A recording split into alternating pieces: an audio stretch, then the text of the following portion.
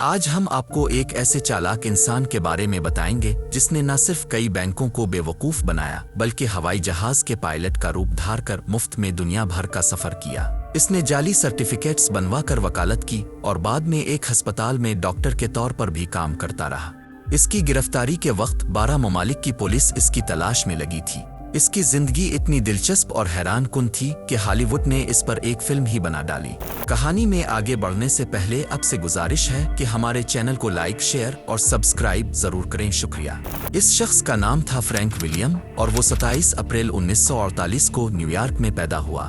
Frank کے والد ایک کاروباری شخصیت تھے جو اپنے بیٹے سے محبت کرتے تھے اور اس کی ہر ممکن مدد کرنے کی کوشش کرتے تھے، لیکن فرینک نے اپنے والد کی اس محبت کا ناجائز فائدہ اٹھایا۔ اس نے اپنے والد کے دیے ہوئے کریڈٹ کارڈ سے دھوکہ دہی کی اور مختلف طریقوں سے پیسے حاصل کیے۔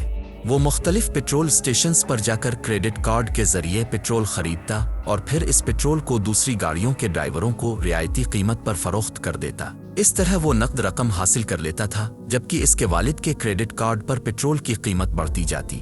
فرینک کے مجرمانہ سفر کا آغاز اس وقت ہوا جب وہ محض 16 سال کا تھا۔ اس نے مختلف طریقوں سے بینکوں میں لاکھوں ڈالرز کا فراڈ کیا اور پیسے حاصل کرنے کے لیے چیکس کے نظام میں کمزوریوں کا فائدہ اٹھایا۔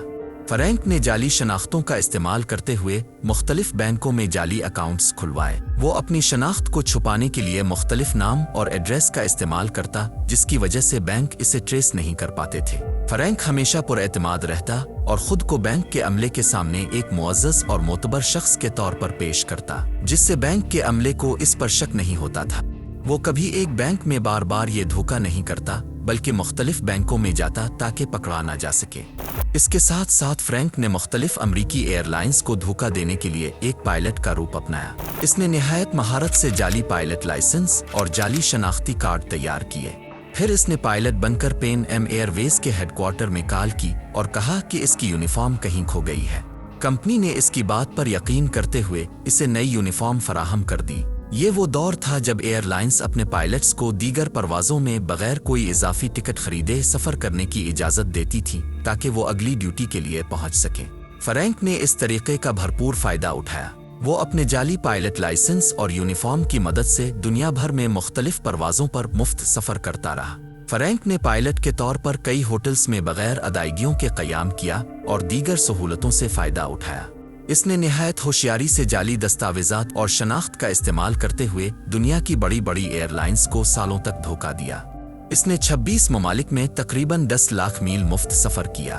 پائلٹ کے علاوہ فرینک نے کئی اور روپ بھی دھارے۔ اس نے جارجیا کے ایک ہسپتال میں رابطہ کیا اور وہاں نوکری کے لیے درخواست دی۔ اس نے اپنے جعلی ڈاکٹری اسناد کو پیش کیا اور ہسپتال کے ایڈمنسٹریشن نے بغیر زیادہ چھان بین کیے اس کی اسناد کو قبول کر لیا۔ فرینک کو ہسپتال میں بچوں کے وارڈ کا انچارج مقرر کیا گیا۔ وہ خود کو محض انتظامی معاملات تک محدود رکھتا اور کسی بھی پیچیدہ میڈیکل پروسیجر سے دور رہتا۔ وہ اکثر ایسے کام انجام دیتا جن میں براہ راست طبی مہارت کی ضرورت نہیں ہوتی، مثلاً مریضوں کی فائلز کو دیکھنا اور نرسوں کو ہدایات دینا۔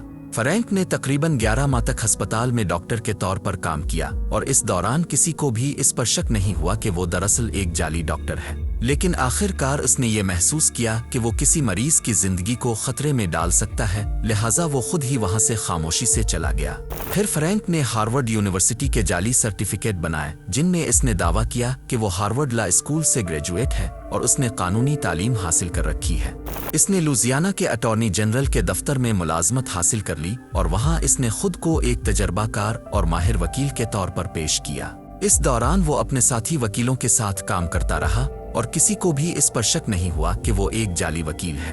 ایک اور حیران کن روپ جو فرینک نے اپنایا وہ کالج پروفیسر کا تھا۔ اس نے پروفیسر بن کر ایک یونیورسٹی میں پڑھایا اور طالب علموں کو کئی لیکچرز بھی دیے۔ اس سب کے ساتھ ساتھ فرینک کئی بینکوں میں $2.5 ملین سے زیادہ کی چوری میں مطلوب تھا۔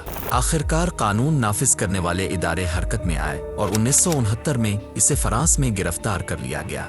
اس کے بعد اسے کئی ممالک میں مقدمات کا سامنا کرنا پڑا جن میں سویڈن، برطانیہ اور امریکہ شامل ہیں۔ سب سے آخر میں اسے امریکہ میں سزا سنائی گئی جہاں اسے 12 سال کی قید ہوئی۔ قید کے دوران فرینک نے اپنے جرائم پر پچھتاوا ظاہر کیا اور 5 سال کی قید کے بعد اس کی قسمت نے ایک بار پھر اس کا ساتھ دیا۔ FBI نے اس کی چالاکیوں اور دھوکہ دہی کی مہارت کو دیکھتے ہوئے اسے ایک موقع فراہم کیا۔